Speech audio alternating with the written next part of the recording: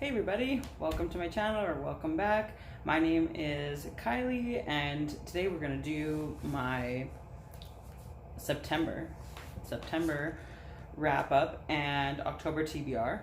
I'm going to start with wrapping up the readathons that I did in September. If this vlog seems messy, oh my god, here we go.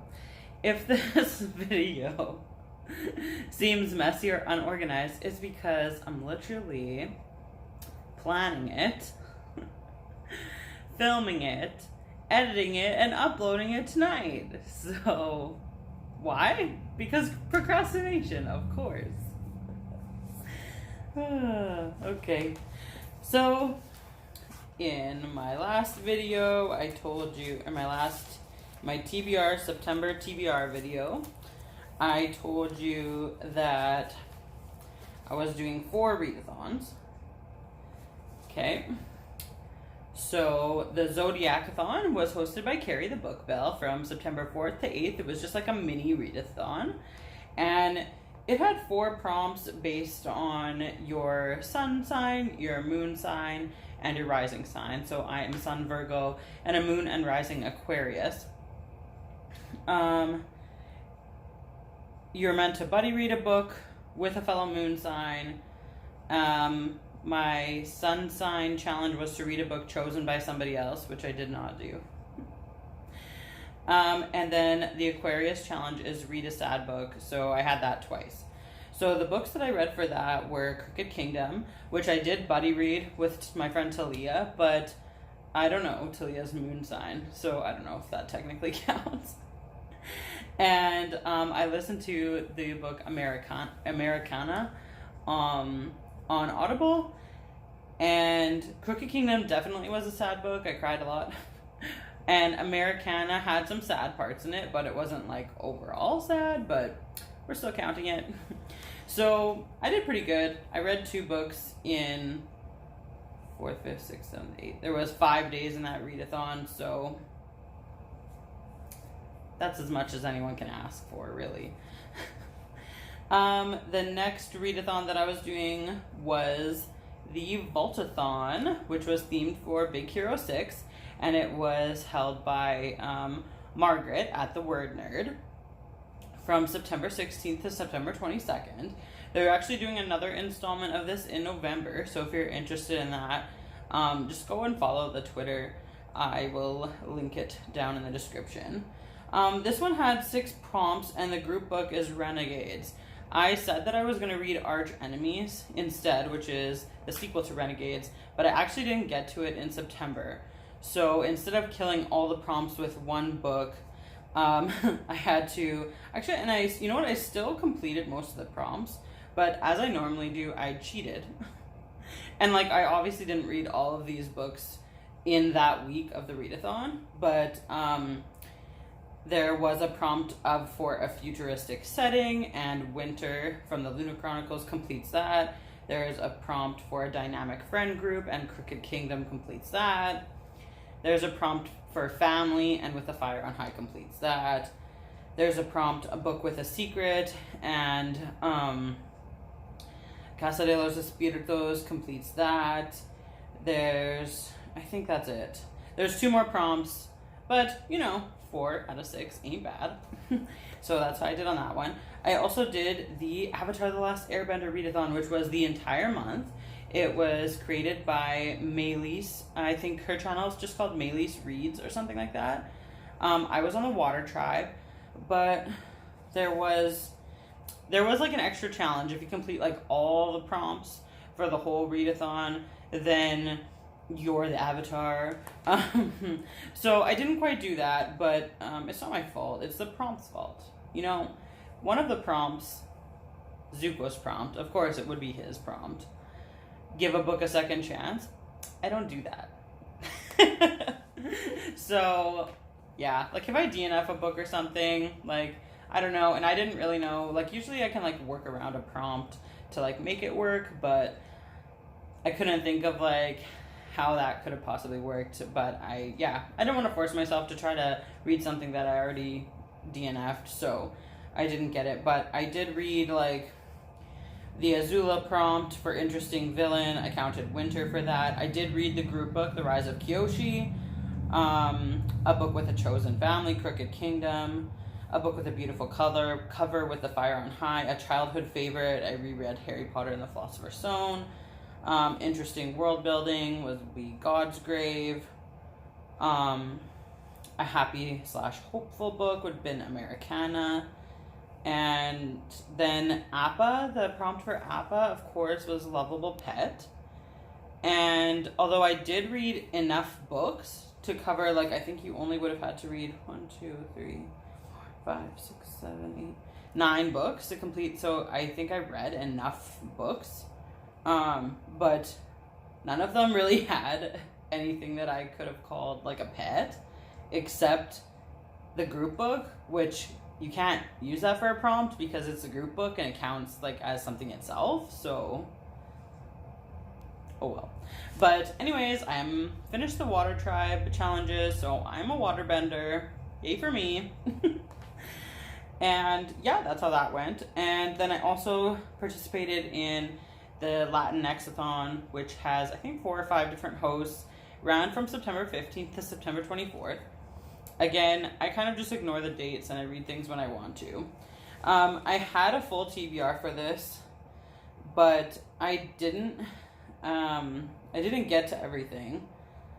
Some of these things are, one item for sure is going to roll over into my October TBR, and so hopefully I'll be able to read it. And the other ones are just going to stay on my list, but just what happened is that I just didn't have access to these items. My library didn't have some of the books, and I decided to discontinue my Scribd account. So yeah, and you only get 1 audiobook credit a month on Audible. So I did read With the Fire on High by Elizabeth Acevedo, which I had for an Afro-Latinx author, and I did read The House of the Spirits, or La Casa de los Espíritus, by Isabel Allende, and that was the prompt for a translated book. But I didn't get to American Street by Ibiza Boy, but that one I own physically, and that's going to be rolled into my October TBR. And then Patsy by Nicole Dennis Ben. I suggested that my library acquire the ebook, and they did. So I might read that one when I go on vacation, because I'm going to take my e-reader with me on vacation. I don't know how much time I'm going to have to read when I'm on vacation, but I'll download that one. And then, the group book, The Grief Keeper by Alexandra Villasante. I didn't get to that one either. I know that it's available on Audible, so it is something that I will revisit in the future. But yeah, so I did 2 out of 5 books there for the Latinx-a-thon. So that was the readathons. Okay, now for some stats. I don't need that book anymore. Okay. For some stats. In September, I read 8 books, which is not my greatest month for reading, but I was busy, okay? I read 5 physical books and 3 audiobooks. I read 3 fantasy, 3 contemporary, 1 sci-fi, and 1 classic. I read 5 YA, 1 adult, and 1 middle grade. I read a total of 2,371 physical pages, and I listened to 43.75 hours of audiobook. All of the books that I read were very diverse, except for Harry Potter. So yeah, those are my statistics. And now let's talk about the books. The first book I read was Crooked Kingdom by Leigh Bardugo. This is the second in a duology. The first book's called 6 of Crows, and 6 of Crows is a heist novel which follows a group of 6 kind of misfitty teenage kids who are abnormally good at things, and they go and they need to steal somebody from somewhere that is really extremely well protected. Good luck, kids. And some crazy shit happens at the end of it. And so that needs to get resolved in this one. And in this one, like, good luck explaining the plot to anyone because it goes 8 different ways to hell. I don't want to talk a lot about this one. This was an amazing book. I gave it 5 stars. I cried a lot. It was so good. And I have an hour-long vlog that I did on it, which I'm going to link for you in the cards. You don't have to watch the whole hour. The first 4 minutes are spoiler-free. And then if you want to skip all the vlogging and go to the end, I spend about 20 minutes, half an hour talking, like summarizing my thoughts on the books and all the characters, and it's like really cohesive at the end. And I put a timestamp to it like in the beginning. I think it's like at like about the 35-minute mark. So please check that out if you're interested in like my full thoughts on this book. This was a really incredible book. Okay, while I was reading that one, I also started Harry Potter. I did a reread of Harry Potter, and this is just a thing I'm doing. I'm rereading the Harry Potter books, and I am annotating them. And this was an incredible experience for me. I also vlogged this, but it's not up yet. So look out for that vlog. But it was like a really emotional vlog for me. That's probably the first time in 10 years that I've read Harry Potter. And yeah, I was really excited. There was a lot of things that I forgot that are in the book that aren't in the movies, which I watch a little bit more often than every 10 years. And yeah, so just watch out for that vlog. It's coming at the end of this month. Okay, and I don't have this with me because I read it on audiobook, but it's called Americanah by Chimamanda Ngozi Adichie. I gave it 4 stars, and it's a contemporary, I think it's considered contemporary adult fiction. I read it on Audible. It follows 2 characters, Ifemelu and Obinze, and they are Nigerian, and it has a dual timeline. So we have Ifemelu in like the present day. She's been living in America for like a while, and it sounds like she is like planning to go move back to Nigeria. But then just throughout her day and stuff, we are having like, not like flashbacks, but we're going back, and it's showing us like how she got to America in the first place and everything like that. So yes, and Obinze is her boyfriend that she met in college when they lived in Nigeria, and they were in love, and both of them wanted to go to America. And Ifemelu ends up going there because she has an aunt who's there that kind of helps her with the immigration process. But she really, really struggles in America as she puts herself through college. And they stay in contact. They're writing all the time. They're calling all the time. But then she experiences a traumatic event, and she basically ghosts him. She doesn't answer his phone calls, his emails, his letters, nothing. Because she just goes into a depression basically after this traumatic event happens to her, and she just doesn't know how to tell him about it or what to do at all. And yeah, from there we continue following her life. We follow her career, her relationships, until we kind of get up to the present day. We do get like dual points of view. We do but it's really mainly Ifemelu's point of view, but we do get Obinze's point of view, and we do see like what he's done. But I felt anyways that it was like much more like summarized than Ifemelu's. Ifemelu's was like more detailed, and we're really like following her along. Another interesting point about this, so in Ifemelu's career, she becomes a blogger. I believe she went to school for journalism. And she writes in her blog themes about being Black in America, and also the difference between like a Black immigrant and like a Black American. And there's just lots of themes like around race in her blog, and her blog blows up, and that's where she ends up like making a lot of money. I really enjoyed this book. It was interesting. It was captivating. It definitely like held my attention and kept me wanting to like keep reading. It explored lots of topics that as a white Canadian, I don't even think about normally. And they were really interesting to me. And I really like learning about stuff like that I don't normally get to experience. And overall, it was a really good book. I really enjoyed it. And I gave it 4 stars. Okay, now I'm going to talk about Winter. This was a honker. Look at this baby. Look at that. Look at that. You know how many pages that is? Let's look. 827 pages. I buddy read this with my friend Sarah. This is the conclusion, the last one of the Lunar Chronicles by Marissa Meyer.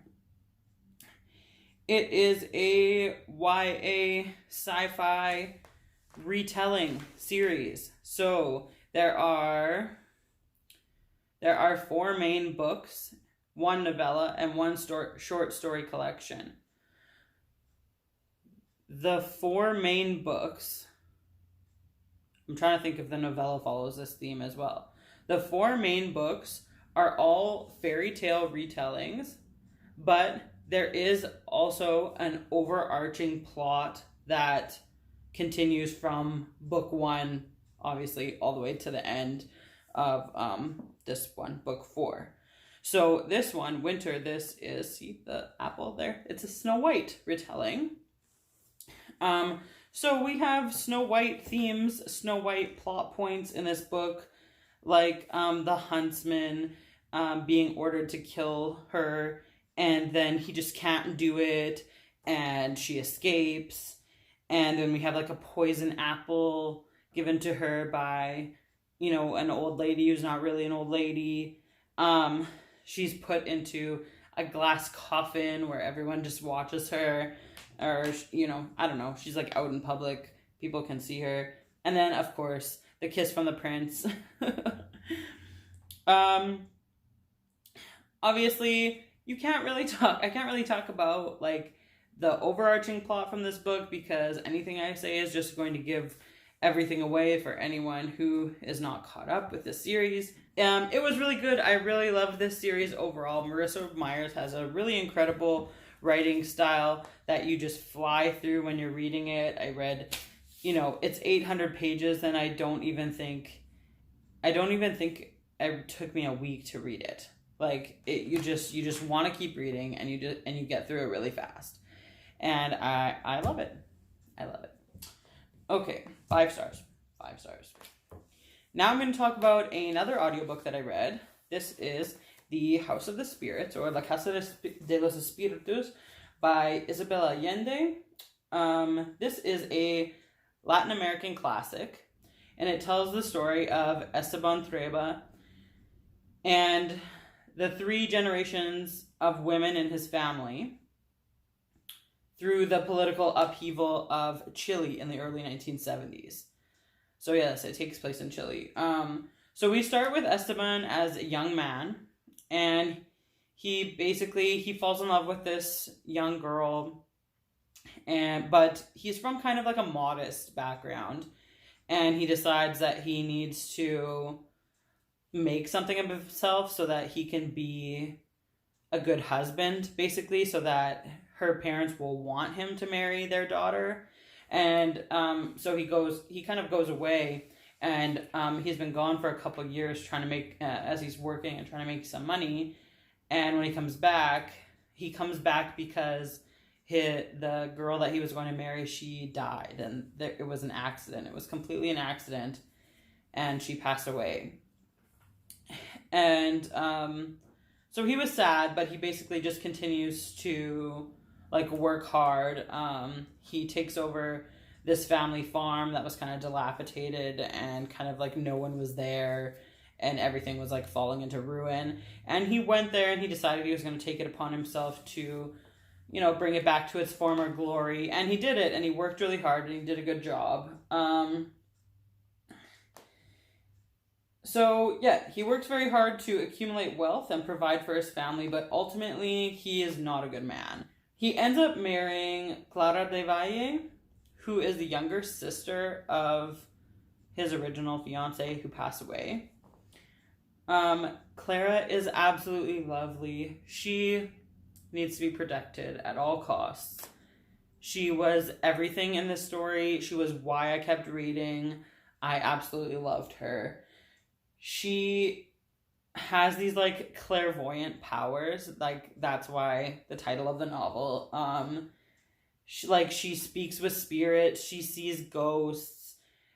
She has visions in her dreams. She reads tarot. Like I loved her so much. I just loved her.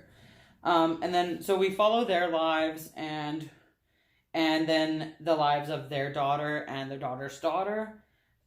Through good times, through bad times. We're following 3 generations of family, so time's passing relatively quickly in this book.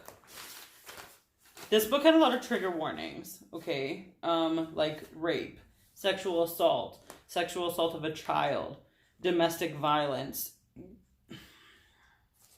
There's more. Torture, I think. Gun violence.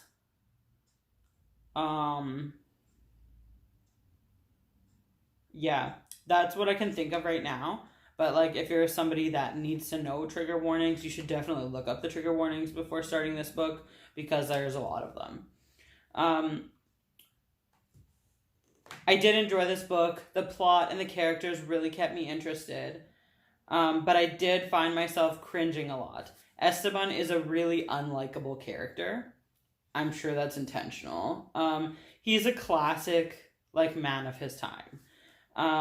His wealth and power allowed him to get away with, like, raping his employees, basically, and the people in the town around the farm that he owned, and fathering lots of illegitimate children with basically no consequences,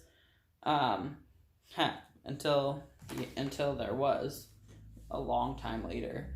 That was some of the worst of it, but like basically he was like, as the patriarch of the family and a classic like man's man, he was very discouraging towards anything feminism, anything, any of the stuff I like, And so kind of like anytime he came like stomping into the room, I was like, ugh, go away. And yeah, I just wanted to continue finding out like what the girls were up to, like it was the women of the story. The women were what it was really about, and Esteban was the connection. Esteban was what they all had in common, basically, throughout their lives. So I obviously gravitate towards more feminist themes, and so I enjoyed more of Alba's story, and she is like Esteban's granddaughter. So although there was a really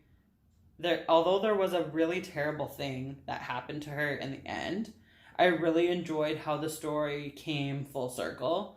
I can't really explain that without giving anything away, but you would understand if you read it, what I'm talking about. I normally don't like classics, so like I don't understand if it's because that this is like Latinx or the elements of like magical realism, but like I did really enjoy this book, even though there was like a lot of content that was like really difficult to read.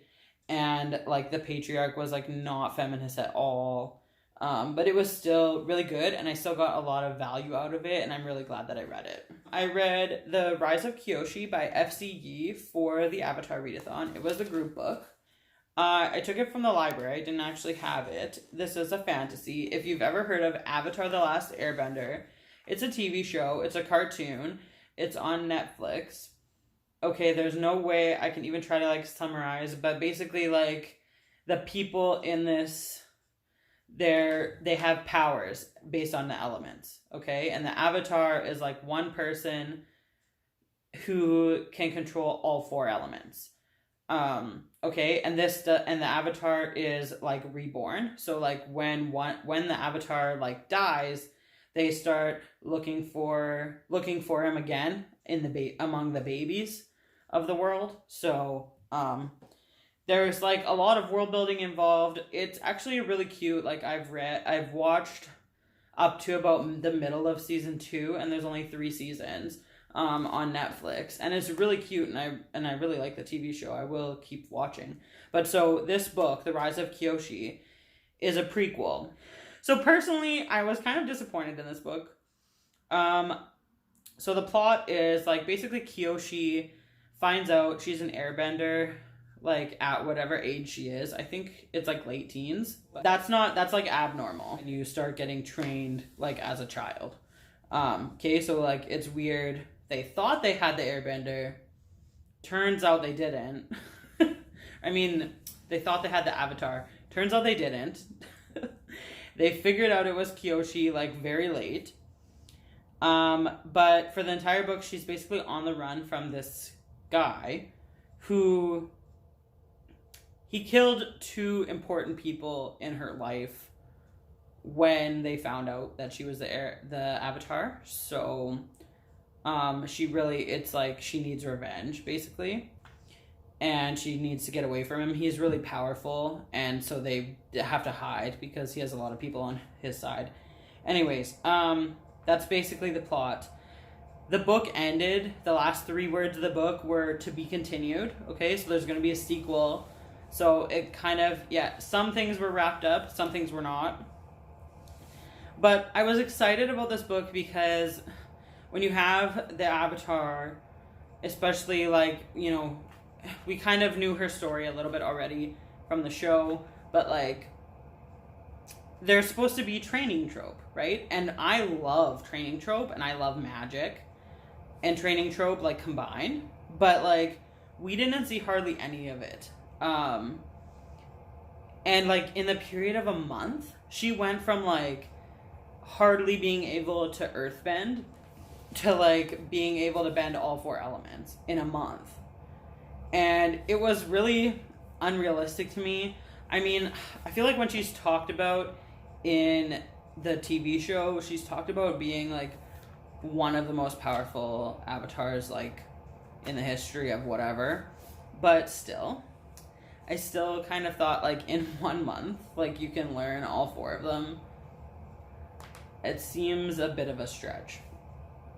But okay, I did really like the female-female romantic elements, and I wish there would have been more of them. Okay, so I gave it 3 stars. Like, it was alright. I enjoyed reading it, but I was sad. I didn't think that the training trope was done well enough. I wanted to see more of, like, her struggling to learn magic, and her struggling to control the different elements and things like that. And I didn't really get that, but oh well. Okay, so the next book I read was With the Fire on High by Elizabeth Acevedo. I read this on audiobook through my library. It's a YA contemporary that follows. Imoni is Afro-Latinx, and she is, I believe she's a senior in high school.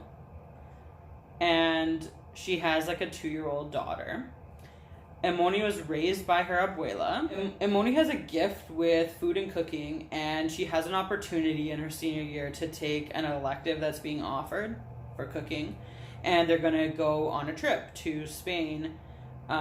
So she signs up for this class, even though she figures she probably can't afford the trip. And yeah, so we kind of just follow her like through the year as she struggles as a single mom, and as she navigates like her relationship with her abuela and her father and the father of her baby, and the new kid at school, Malachi, who he likes her.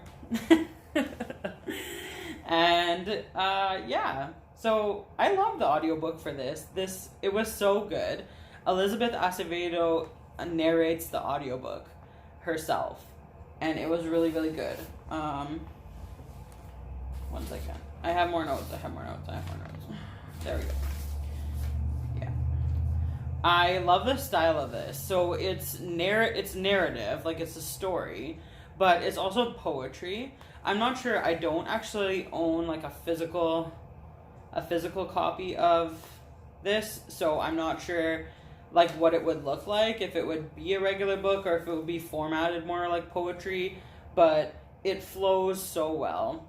And I need to get physical copies of this one and the Poet X. Like, her books are so good, and they have so many like lines, so many just good lines. Like, I feel like I need to tab and like highlight my favorite lines, because she just speaks so much truth.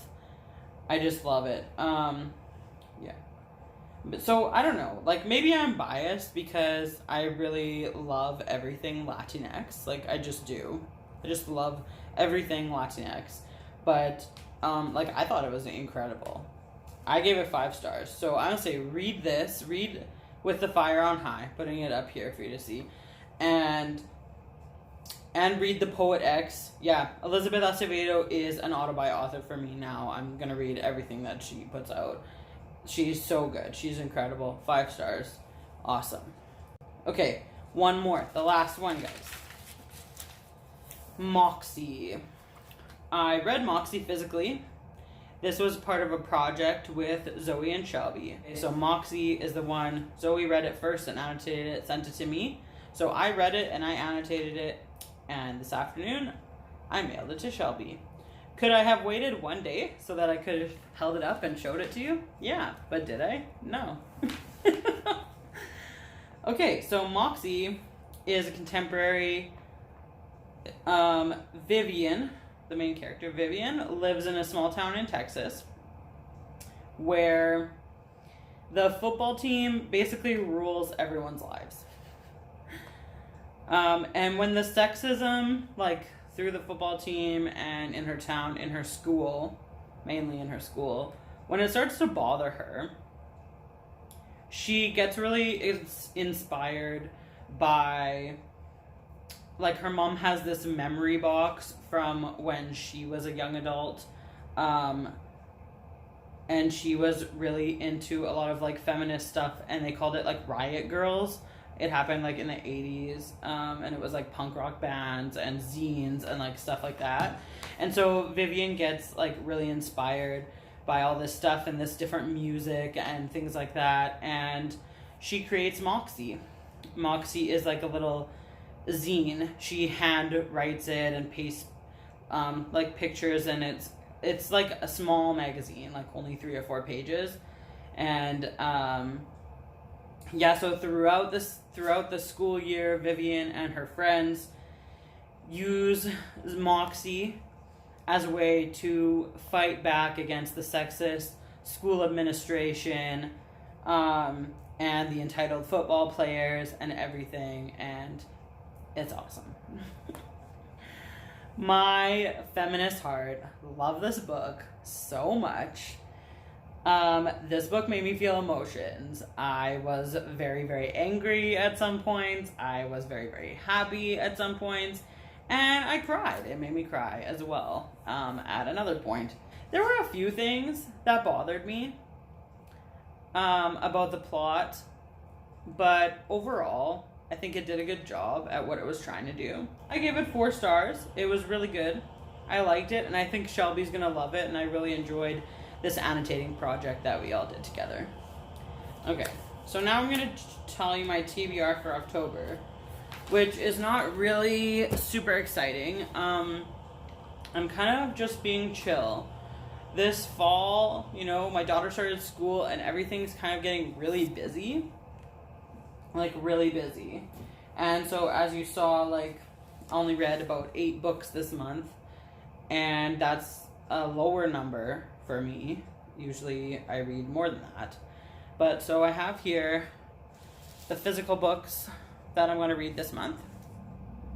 And most of them are just rolling over from what I didn't get a chance to read in September. Okay, so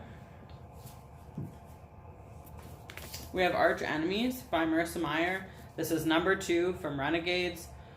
Renegades it's like an anti-hero, superheroes and villains type of story. It's YA. I really liked Renegades. It was good. I want to read Arch Enemies because the third in the trilogy is coming out in November. So hopefully I get to that this month. I started this one yesterday, but I didn't get too far before I fell asleep. God's Grave by Jay Kristoff. This is number 2 in the Nevernight series. Trilogy, sorry. Dark Dawn, the third one, just came out at the beginning of September. I do own that one, and I've been seeing everyone crying about it on my Twitter timeline. So, yeah, I would love to finish this trilogy. Nevernight is about Mia, who, at the beginning of the book, when she is young, her father is hanged for treason, and her mother and her brother and her are taken away. To put them in jail. I don't know. Do they put the children in jail? But anyways, we didn't find out because Mia escaped, and she got taken in by,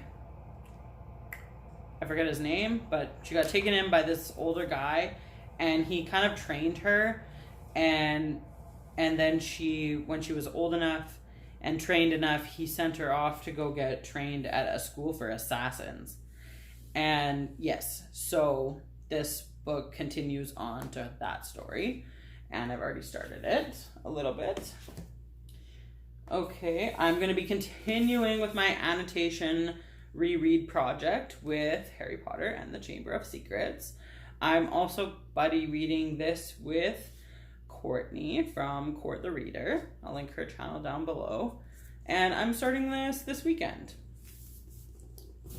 Love that. Yeah, American Street by Ibby's a Boy. I don't know what this book is actually about, but I actually prefer going into books blind. So yeah, this is rolled over from my Latinx TBR. And then, of course, I'm going to read audiobooks. I love audiobooks. So right now I have already started Gideon the Ninth, and I'm reading it with a group of people through Rachel Marie and like her other Patreons, because I'm a Patreon of Rachel Marie. So yeah, we have a book club, and yep, we started that this week already, and I'm already also halfway through Shadow and Bone by Leigh Bardugo. So I'll have that one done in a few days probably. And I'm also planning on reading in Rachel's other book club. Actually, a lot of people are reading this lately and really, really loving it. And it's about like witches and stuff, so it's kind of like a Halloween vibe, but Serpent and Dove. I'm not sure what the author is, but I am planning on reading that, and probably through audiobook as well. So those are the ones I'm planning to read. So that's only for 7, but I might do another audiobook. I'm going to take my e-reader with me when I go on vacation at the end of the month, so I might put a couple of ebooks on there. Yeah, but it's just going to be chill because I have like a big TBR plan for November. So yeah, so let me know what you thought of the books that I read this month in the comments, or you know, how you did in your September readathons. There was a lot of readathons that happened in September, a lot of really cool ones. Or, you know, let me know what you're reading in October. So that's all I have for you today. Bye.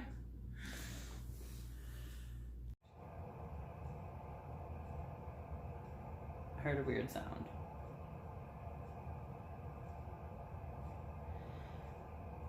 Okay, so okay, I just want to show you this. This is really sad. My notebook is broken.